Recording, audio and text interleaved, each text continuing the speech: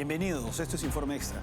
El próximo 10 de enero, Edmundo González Urrutia, presidente electo de Venezuela, debería asumir la presidencia tal y como lo señala la Constitución establecida por el propio chavismo. Sin embargo, el régimen se aferra al poder y a la fecha tenemos más de 1.900 presos políticos. Además, han amenazado a Edmundo González con arrestarlo en caso de que se atreva a regresar del exilio. Y por otra parte, María Corina Machado, líder de la resistencia democrática, se mantiene en la clandestinidad.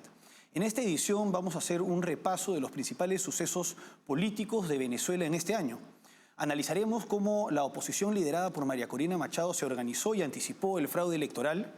Veremos cómo se ha ido intensificando la represión contra los opositores y analizaremos las expectativas con miras al próximo 10 de enero. Para analizar todos estos temas nos acompaña César Báez, abogado y analista político. César, gracias por acompañarnos. Muchas gracias a ustedes por la invitación. No, gracias a ti. Bueno, retrocedamos hasta octubre del año pasado. En octubre del año pasado, María Corina Machado se impuso en las elecciones internas de la Plataforma Unitaria Democrática. De este modo se consolidó como la principal figura de la oposición, pero César, ¿podría señalarnos qué factores llevaron a que actualmente María Corina Machado se posicione como la principal figura de la oposición democrática? Bueno, en principio hay que recordar ese contexto en octubre del año pasado en el que pues, la mayoría de venezolanos no sentía que había un rumbo claro para conseguir una transición democrática en el país. Había una desconexión muy grande entre la política y la sociedad. Las personas no sentían que había forma de expresarse y realmente era un panorama muy desesperanzador. En aquel momento, María Corina Machado, que había sido una de las voces más críticas dentro de la propia oposición venezolana, incluso respondiendo a ese llamado, pero al mismo tiempo combatiendo la idea que se había propuesto de no participar en elecciones en dictadura, una idea que ella misma propuso y que en su momento la oposición adaptó, pues se veía en esa decisión compleja de postularse para una elección primaria para eventualmente ir a unas elecciones presidenciales en las reglas que pusiera el régimen venezolano. Y a pesar de ello, creo que la sociedad venezolana vio en María Corina Machado un actor distinto, primordialmente porque no responde a intereses político-partidistas como quizá otros candidatos que participaron en esa elección sí lo hacían. Y es una persona que siempre ha demostrado en su discurso, en su narrativa, en sus acciones, que no hay punto medio, no hay espacio para negociación con Maduro y que lo único que se puede poner sobre la mesa es la salida del chavismo del poder. Ese probablemente sea el principal componente que explica el por qué María Corina Machado, en esa elección primaria de la oposición venezolana, no solo gana con el 92% de los votos y posteriormente pasa a ser una figura representativa y reconocida como la líder de la oposición. Lo clave es que María Corina siempre buscó diferenciarse de otros actores políticos y posicionar su propia narrativa, incluso en el contexto adverso de elecciones en dictadura. Ahora, tenemos a María Corina Machado manteniéndose de forma combativa en Venezuela, pero otros líderes han tenido que partir al exilio. Además de Edmundo González Urrutia, que es el presidente electo, están en el exilio Leopoldo López, Juan Guaidó, Julio Borges, Antonio Ledesma, pero dentro de Venezuela también está un político que tuvo en su momento un rol bastante importante en los últimos años del gobierno de Chávez y los primeros de Nicolás Maduro, y es Enrique Capriles. ¿A qué se debe que haya perdido su figura tanto peso político? Probablemente es por cómo Capriles, después de las dos elecciones en 2012 contra Hugo Chávez y en 2013 contra Nicolás Maduro, las cuales, bueno, de acuerdo al resultado publicado por el CNN, él no fue ganador. Digamos, la postura que Capriles asume a partir de allí creo que no se corresponde con lo que la sociedad venezolana demanda. Por lo menos dentro de la sociedad venezolana hay un sentimiento muy latente de que alguna de las dos elecciones pudo haber sido objeto de fraude o manipulación por parte del chavismo y que en un momento como sobre todo en la elección de 2013 contra Nicolás Maduro se sentía que finalmente el chavismo llegaba a su final porque no había manera de que sobreviviesen sin Chávez y Capriles asumía un discurso, una narrativa no solo esperanzadora respecto al futuro, no solo optimista, sino también de inclusión en el que no se, digamos, la narrativa política en aquel momento no era separar a Venezuela o ir a perseguir a todos los chavistas, sino montar a todo el mundo, digamos, en una sola nave y poder empezar a reconstruir el país de allí en adelante. Sin embargo, por ser esos dos hechos políticos pues, fracasos políticos también para la oposición, la postura de Capriles ha sido más representada por la coexistencia dentro del propio sistema, por ganar ciertos espacios, por ganar gobernaciones, alcaldías que de alguna manera le permiten a él y a su partido político a aceitar una maquinaria para que funcione y, digamos, no pierda la razón de ser, incluso en un contexto autoritario como el venezolano. Sin embargo, yo creo que eso a Capriles en algún momento lo permeó por completo y sobre todo entender que, tal como tú lo mencionabas, grandes políticos o la generación política que en este momento lidera la oposición venezolana está marcada por tres figuras fundamentales. Capriles claramente fue el primero, pero al mismo tiempo Leopoldo López y María Corina Machado forman parte de esa misma generación política, dentro de la cual pues María Corina y Leopoldo siempre han tenido cierta afinidad en momentos críticos, como lo fue, por ejemplo, la salida en el año 2014, la asunción de Juan Guaidó, la juramentación de Juan Guaidó como presidente interino, y Enrique Capriles de alguna manera siempre se excluía en esos momentos de quizá de mayor confrontación en la narrativa política. Entonces siento que, o bueno, al menos así lo han señalado personas cercanas al propio Capriles y dentro de su partido, que el hecho de que María Corina Machado no solamente fuese reconocida como líder de la oposición, sino también ganando con el 92% de los votos esa primaria, para Capriles era inconcebible, a tal punto que él fue candidato a esa primaria, él era quien representaba a su partido político, él no participó en ninguno de los debates que se organizó en esa primaria dentro de la oposición y termina retirándose de la propia primaria porque no podía admitir el liderazgo de María Corina Machado al frente. Y pareciera que esa ha sido la actitud de ahí en adelante y muchos venezolanos lo reprochan por eso mismo. Ahora, el partido de Enrique Capriles es Primero Justicia, el de Leopoldo López es Voluntad Popular, me parece, y había noticias de que el régimen pretendía intervenir estos partidos y darle, digamos, la titularidad jurídica a personas que no estaban tan comprometidas con la verdadera oposición. Al respecto, ¿cuál es la situación jurídica de Voluntad Popular y Primero Justicia?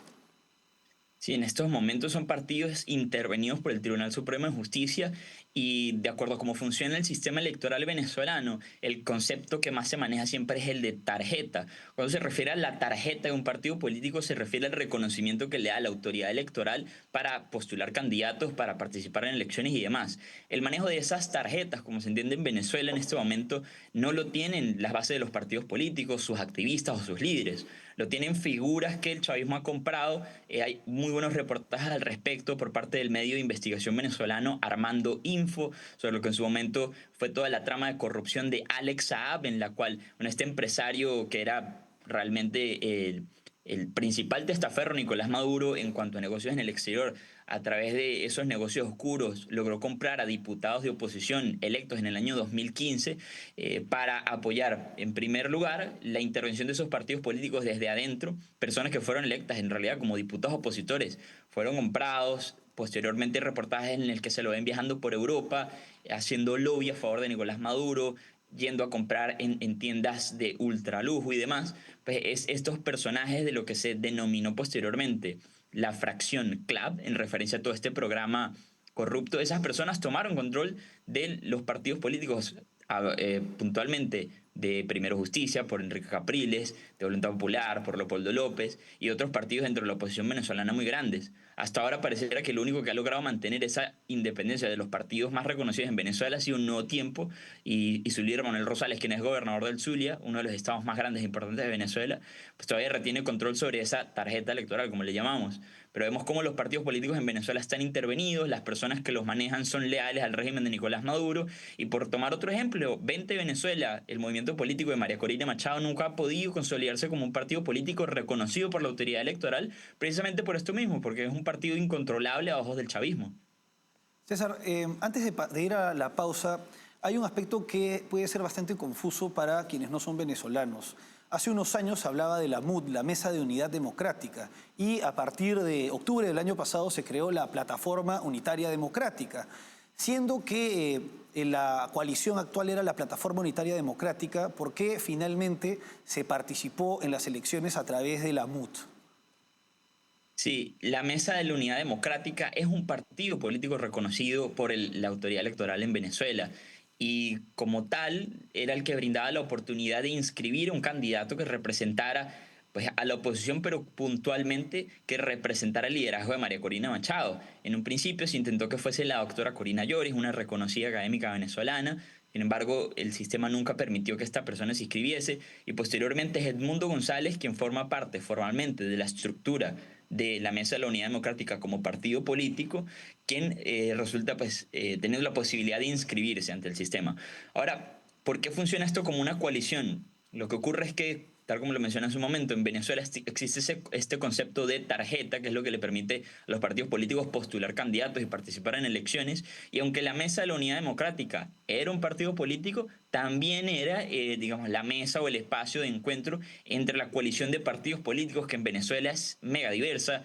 que va desde la izquierda hasta la derecha, que agrupa a sectores de todas las ideologías, pero que convergen en la idea de que el chavismo ha construido un sistema autoritario que debe acabarse y retomar la rotación, la transición a la democracia. Pues por eso es que la Mesa de la Unidad Democrática también es un partido político, y por eso es que existe hoy en día la Plataforma Unitaria Democrática también como coalición de partidos y grupos de intereses, digamos, que representan a la oposición venezolana. Incluso en el pasado han habido otras organizaciones de ese tipo, por lo transversal que es la causa democrática en Venezuela, porque no se trata de un conflicto ideológico entre la izquierda y la derecha, aunque la izquierda es quien está en el poder y también hay personas de izquierda dentro de la coalición opositora. Lo fundamental es entender esto como una coalición de todos contra la dictadura, y por eso es que existen esos grupos. César, vamos ahora a una pausa y regresamos para analizar la designación de Edmundo González Urrutia como candidato presidencial.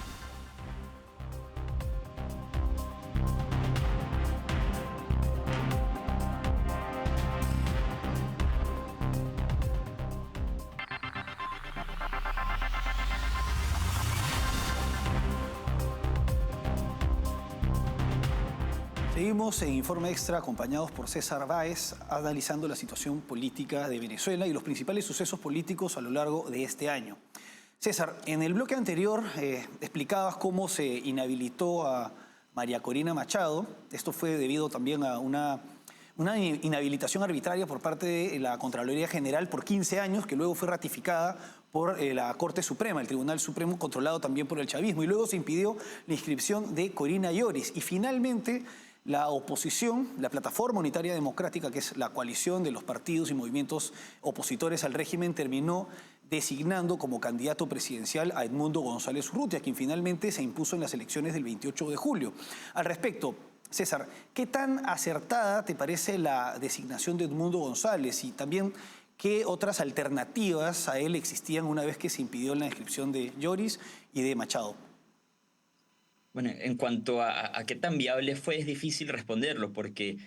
a veces se tiene que enfrentar el contraste entre lo que se quiere y lo que se puede. La candidatura de Edmundo González quizá no fue la candidatura querida en su momento, pero fue la candidatura posible, porque el régimen de Maduro se negaba rotundamente, en principio, a aceptar la candidatura de María Corina Machado, porque claramente era la persona con más representatividad dentro de la sociedad venezolana y quien venía despertando la expectativa de cambio dentro de la sociedad para ese proceso electoral que finalmente ocurre el 28 de julio. Corina Lloris también, por ser una persona con un perfil muy similar, por ser una persona de confianza de María Corina Machado, y también, a pesar de que no era una figura política, nunca había participado en una elección ni nunca ha sido una funcionario público, pues la doctora Corina Lloris contó con un respaldo muy grande en la sociedad venezolana cuando se anuncia que iba a ser la candidata representante de María Corina Machado. Ahora, lo que ocurrió en el mes de marzo fue esta, digamos, estratagema por parte del chavismo para intentar bloquear la candidatura de María Corina Machado.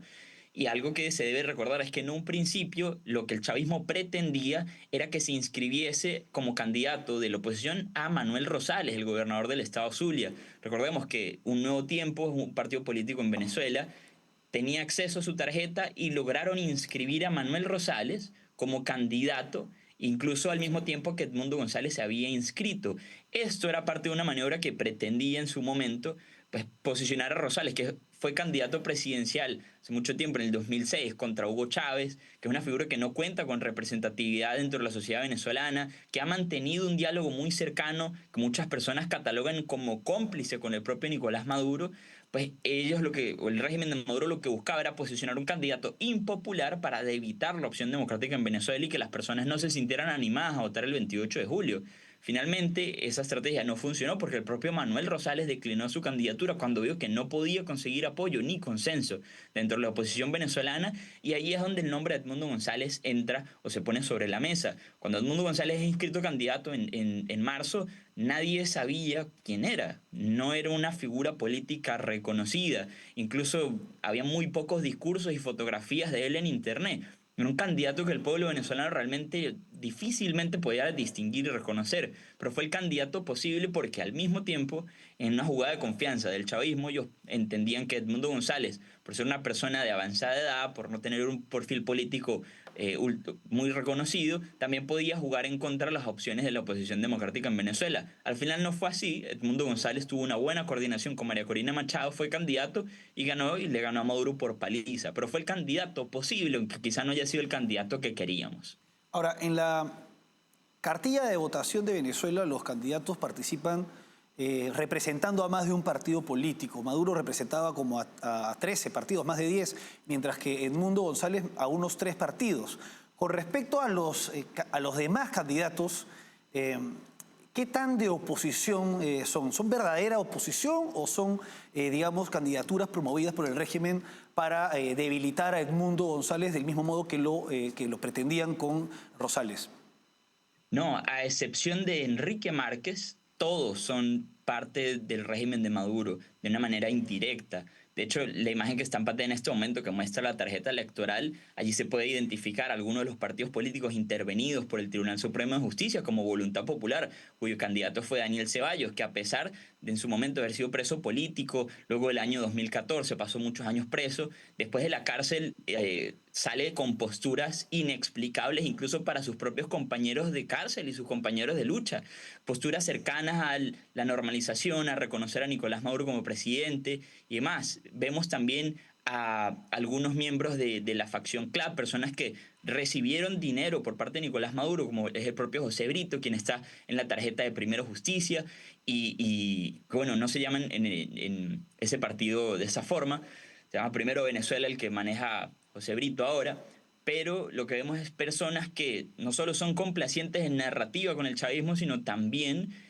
forman parte del propio aparato por recibir dinero por parte de ellos. A excepción de Enrique Márquez, como les dije hace un momento, quien a pesar de que no está en coordinación con la candidatura de Edmundo González y fue a la elección por su parte, lo cierto es que posterior a la elección fue el único candidato que dijo que Nicolás Maduro no había ganado las elecciones y activamente ha ido a instancias del propio régimen a retar la narrativa chavista de que Maduro ganó las elecciones, exigiendo pruebas, exigiendo presentación de las actas y demás. Pero el resto, toda la tarjeta está dominada por candidatos leales a Maduro y el propio Maduro, a excepción de 3 partidos políticos, que fue la Mesa de la Unidad Democrática,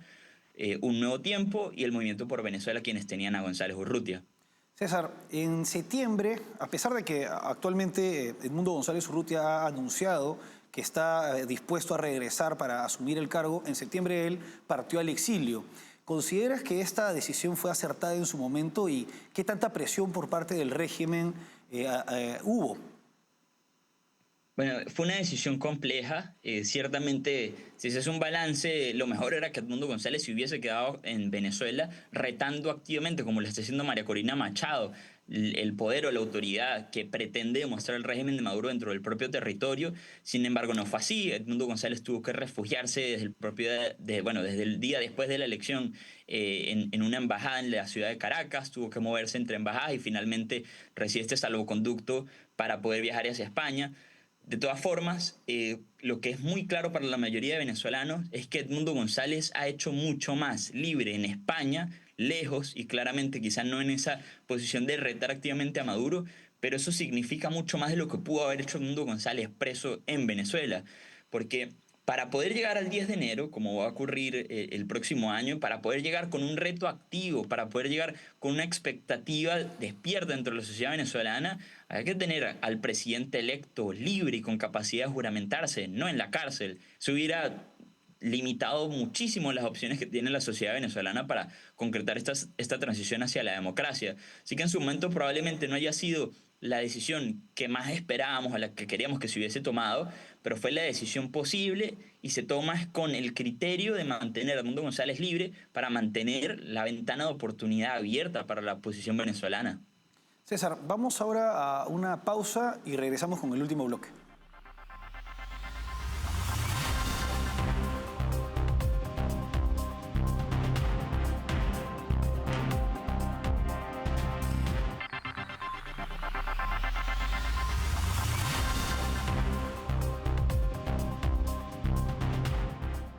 Seguimos en Informe Extra analizando la situación política de Venezuela acompañados por César Báez, abogado y analista político. César, en el bloque anterior estábamos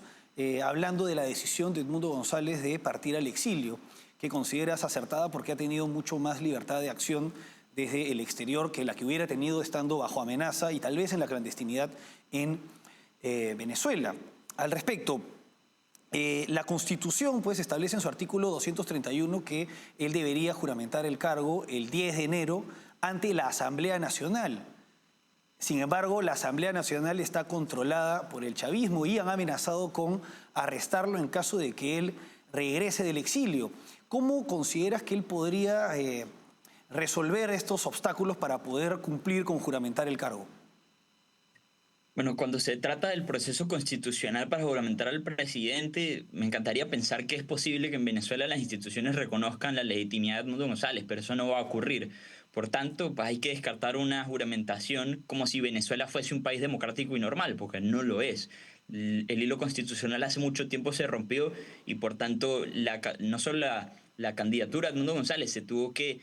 moldear respecto a eso, sino que también su juramentación deberá hacerlo. Por lo tanto, lo que es más relevante no es que se siga el procedimiento constitucional porque las instituciones del Estado que deberían hacer su juramentación, pues claramente no lo van a reconocer. Pero lo más importante es que Edmundo González se juramente en Venezuela y que la legitimidad que quizás no lo otorguen las instituciones o no lo otorga la Constitución porque están secuestradas por el chavismo, que esa legitimidad se la dé la propia sociedad venezolana con un apoyo contundente que le permita a Edmundo González asumir efectivamente como presidente electo dentro de Venezuela y que tenga control efectivo del territorio venezolano. Lo que el propio Edmundo González ha destacado es que él no va a formar un gobierno en el exilio, o sea, un gobierno que se limite a la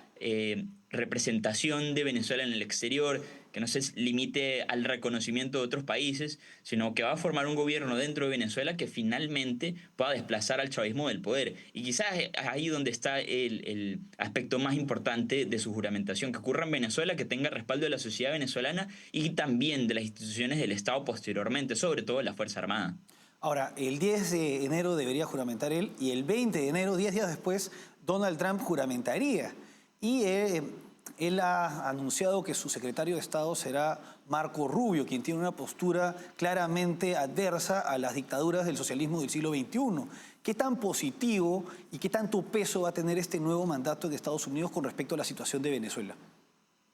Potencialmente puede ser muy positivo en tanto hay una sinergia entre la transición democrática en Venezuela, el liderazgo de María Corina Machado y de Edmundo González, con los intereses de la política exterior de Estados Unidos, que tenemos que recordar, así es como funcionan países o potencias del tamaño de Estados Unidos. No se trata de qué tanta intención puede tener Marco Rubio, Donald Trump, de promover la democracia en Venezuela, sino que tanto la transición democrática en Venezuela beneficia a Estados Unidos. Y creo que se ha hecho un caso muy persuasivo al respecto, sobre todo entendiendo que Estados Unidos tiene que lidiar con la crisis migratoria, con miles de venezolanos que siguen entrando a Estados Unidos por la frontera sur. Y esto es un fenómeno que no va a parar si Nicolás Maduro sigue en el poder. Al contrario, creo que se ha hecho un caso suficientemente efectivo como para conseguir que no solamente haya contacto entre los equipos de Edmundo González y Donald Trump, sino que también pueda haber una sinergia en este proceso extraño de transición en Estados Unidos, donde bueno, una presidencia saliente tiene una idea política exterior muy distinta a la entrante, pero lo fundamental es que se pueda compaginar la causa por la democracia en Venezuela con los intereses de la política exterior de Estados Unidos, y yo creo que eso es bastante posible y creo que hay razones para ser optimista al respecto. Bueno, y además también está el hecho de que importantes aliados del régimen se encuentran de alguna manera debilitados. Por ejemplo, Rusia está concentrada en la guerra de Ucrania. Irán, que también es un país cercano, está debilitado políticamente, concentrado en su conflicto con Israel, y también, sobre todo, Cuba, que a pesar de ser un país pobre tiene mucha influencia, pero está atravesando un proceso de grave crisis cada vez mayor económica y social. Bueno, César, ha sido un gusto, como siempre, tenerte con nosotros. No, el gusto es mío. Gracias por la invitación. No, gracias a ti. Bueno, hasta aquí Informe Extra. Gracias por acompañarnos.